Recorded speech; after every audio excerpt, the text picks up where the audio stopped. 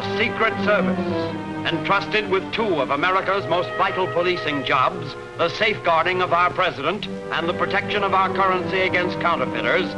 The men of the Secret Service are frontline soldiers in the never-ending war against crime, standing not only between the chief executive and an assassin's bullet, but between the nation's currency and the vicious criminals who would despoil it.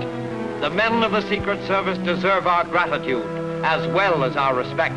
Yet, too often, their reward is death.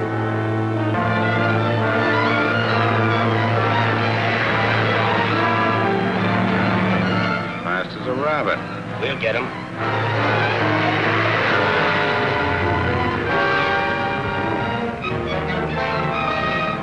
I can't hit him from here. Drive up a little closer and I'll stop him with a bullet. Don't shoot your luck. You might kill Severn. You can't do any engraving if he's dead.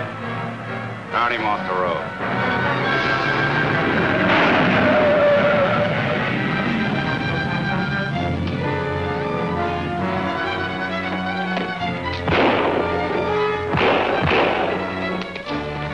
Tristan, he may have another.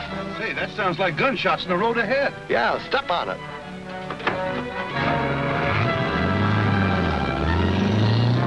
All right, get him in the car. Help! Help! Help! Please! Help! Those idiots will bump him off and ruin everything. I better go and handle it. Nothing doing. You stay with me. They've had their orders.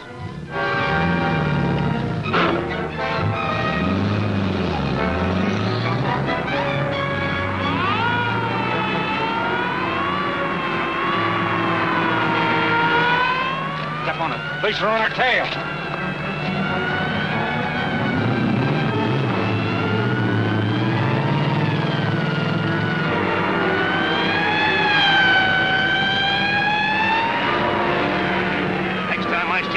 Get a fast one.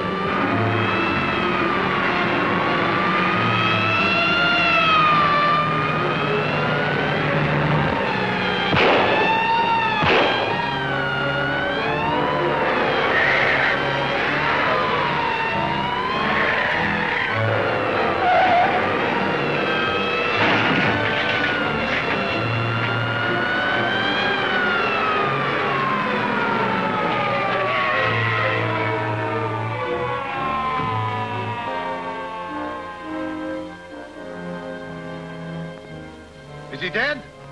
No, not yet. Got a chunk of lead in his back, though. There's two of them in the car. One of them jumped. He's a half a mile away by now. Give me a hand.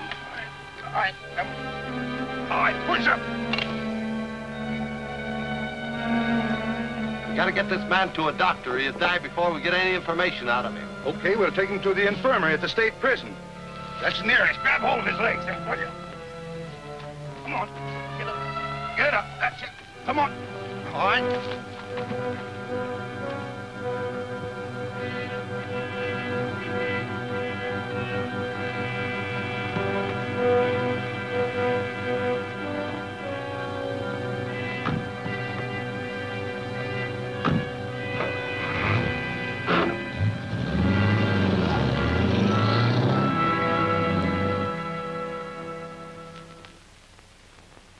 Continue the pressure and keep me posted.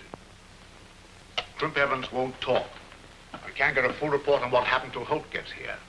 I hope he got a line on the leader of the mob. Not likely from what he said over the phone. But we have a plan for picking up the trail again. Oh, tell Miss Drew to come in, will you? All right, Miss Drew. Mr. Malloy will see you now. Thank you. I understand you're from the Chicago office. Yes, I flew out. I landed an hour ago. Oh, meet Jim Layden, one of my operators. How do you do? I'm glad to know you, Miss Drew. All the boys will be glad. Your work in the East has been a standout. Oh, I've just been lucky. You understand this will be a particularly dangerous assignment. A slight mistake may cost you your life. I'm used to that. I've worked where gun moles' lives aren't worth a dime a dozen. Shoot the works. I'm ready. Thank you. Well, here's the setup. We're up against a criminal wave. Post office stick-ups, bank robberies, and so forth. Last night, John Severn, one of the best engravers in the Treasury Department, was carried off. I see. Going to force him to engrave plates for counterfeit money. That's pretty smart. Simple, too, but not new. If Severn engraves the plates, the phony money will be practically undetectable. As serious as that, huh? Yes. The reason the department sent for you is this. The plan we've worked out calls for a woman operative. Now, you never worked in the West. I'll do my best.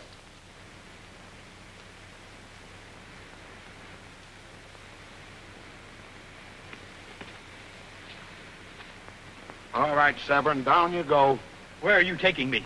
What is this place? You'll find out. Get on down. I wouldn't like to finish you here. I'd mess up the scenery.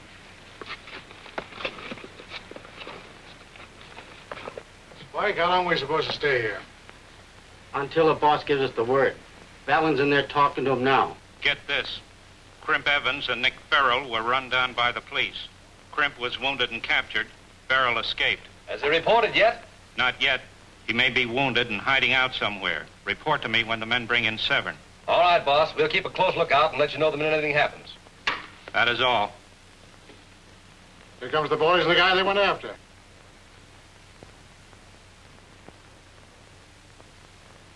Well, Tony, if everything goes well, we may have a new workman. A fellow by the name of Nick Farrell. Who is this Nick Farrell the boss speaks of? Anybody know him? No, none of us know him except by reputation. He's been hiding out with Crimp Evans after making a break from Leavenworth. How does that, is he? I'm hoping he don't come here. Why put the heat on us? Well, the boss is still the boss. You got him, huh? Where's the other boys? They led the cops off. Is Valden inside? Waiting and anxious. Come on.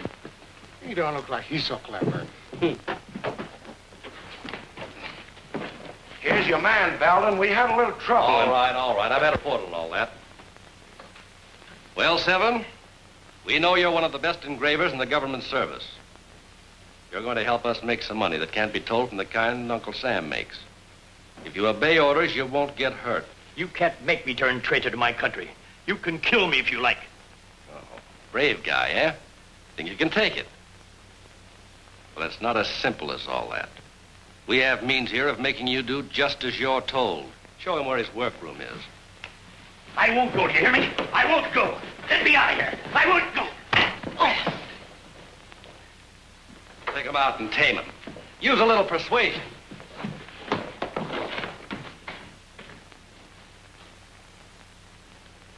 I'll tell the boss he's here.